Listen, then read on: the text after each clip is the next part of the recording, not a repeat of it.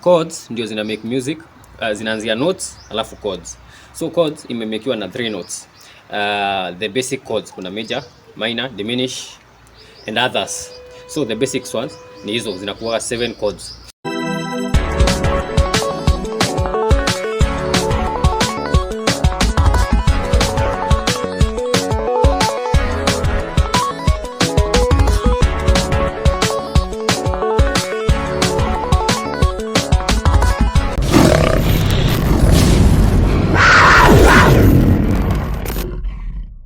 So nitakuonesha 3 major chords.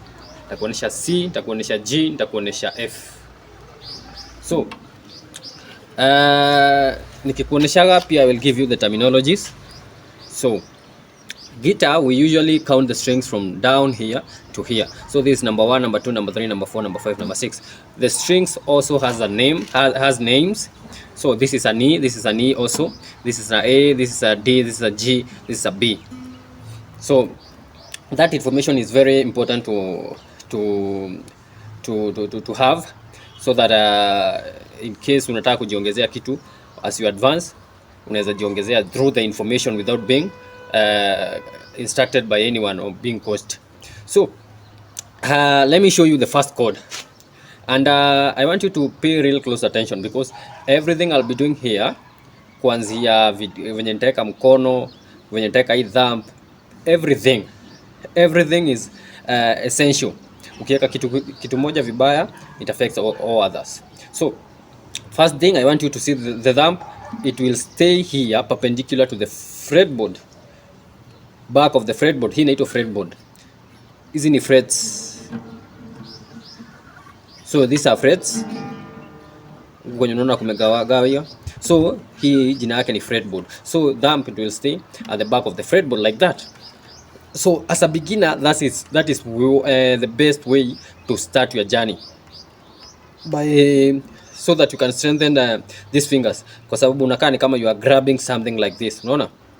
So unaweka hapa, alafu unakuchukua kidole number 1. Hii ni finger number 1, finger number 2, ring finger ama finger number 3, pinky ama finger number 4. So and thumb there, finger number 1. I want to show you the let me start with G, the key of G. So I'll put there, and then I'll take this finger number 1 here. This is fret number 2, string number 5. Remember, I counted strings from here, so this is string number 5, not number 2. Get that very clearly. And then fret number 2, so ninaeka hapo. This is fret number 3, string number 6. I'll put my second finger, so my first finger, my second finger.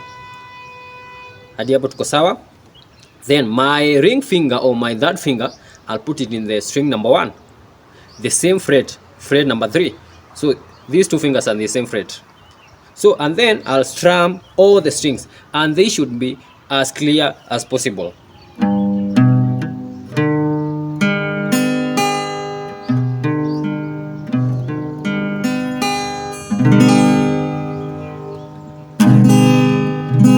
You can use either a pick. This is not a professional pick, just I keep misplacing my picks, so I usually make my juakali ones, but that is shouldn't be the point of attention.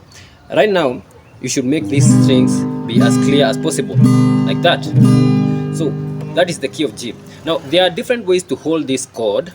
You can decide to interchange these fingers, just interchanging the fingers. For instance, you have a free finger here. You can take this finger and put it here. Take this finger, put it here. Take this finger, put it here. So what I just did, the same chord, change the fingering. So I made this finger free. So the strings are the same, they will sound the same thing, exactly the same, but right now in a different fingering. So the reason I suggest this one so much is because of exactly the reason I'll show you in this next chord I'm showing you right now. So that is the first chord. It's called G. The second chord I'll show you is C. So C, finger 1, string number 2, fret number 1. You see, string number 1, string number 2, fret number 1. So finger number 1. Then finger number 2, string number 4. You see, 1, 2, 3, 4, fret number 2. So up to there we are okay. And you can see my fingers are not like this, are like this. So you pay close attention to all those details. So my finger number 3, string number 5, fret number 3, 1 2 3. You see? So then you strum from string number 5 going downwards, and they should be as clear as possible. So in your case, you probably hear your strings sounding like this, or maybe only one, and others are buzzing, or they are not clear. So you work on that by checking, is your finger still perpendicular to the fretboard? As a beginner, that's what I suggest. If you are advanced, you have the freedom. You see, we learn by rules, but we become masters by breaking the rules. So I want you to understand that. Don't see a master not putting the thumb finger here, the thumb here, and you say, no, I don't need to put there. No, you need to do that as a beginner, because those are the rules which will take you to the next level of not needing the finger to be here, because already you have developed the muscle memory for your fingers to stay well here. That is one thing. And the second thing, your fingers are now strong. Before you start putting here, before you start playing, you are not used to putting here, to putting this to pressing with these fingers, all of them at the same time on something. So, and you can imagine how difficult it is as a beginner. I remember when I was learning, I used to say, I wish they could separate these strings a little bit. My fingers are still so big. That is one of the excuses that beginners give. So, and then after playing for a while, I came again to say, I wish they could bring these strings a little bit closer. Because after realizing there are some techniques which I need to jump to my fingers to move longer distances, and others I feel like the strings are so squeezed. But all those are rationalization in which you try to wish the journey was easier, but nothing comes by just saying. You have to work on something for you to get the best results. So this is my second chord, chord C. There, and there. So, and then as clear as possible. So the best way is to just pick only one string at a time, and then, so that is the second string. So remember the way I was telling you about key G? The reason I suggest this one instead of this one is because if I want to move from this one to C, I'll just take these fingers down there, and then remove this one, and then put this one. So it's easier to shift from G to C, G to C, than G to C. You see, this is a longer distance. Tune is exactly the same notes, but longer distance. So I prefer this one. Even the motion is not almost not detected. You may think I didn't change anything. You see? So I want you to notice that the sound is the same.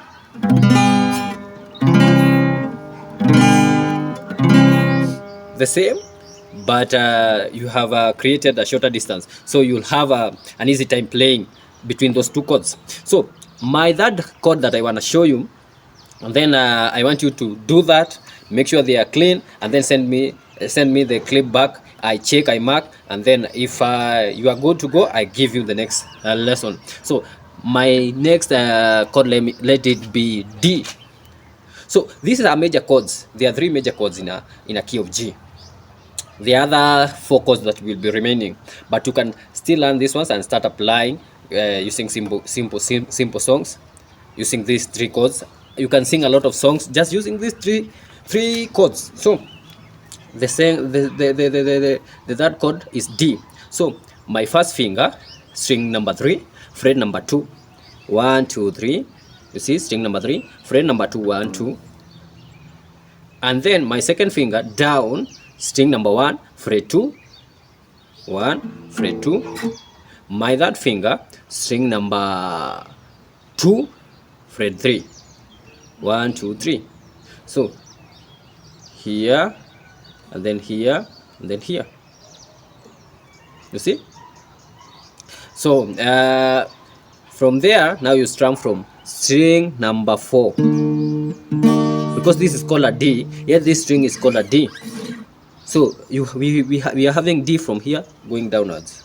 So as clear as possible again.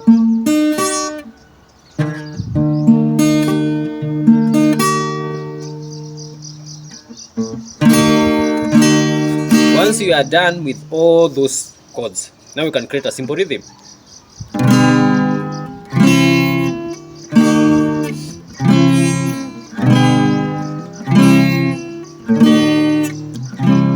So the tricky part is getting all these notes in your head, all these shapes of your hand, of your fingers, and then being able to shift from one chord to the other like this. That is the only tricky part. But be patient. As you practice, it becomes easier and easier. So let's do this.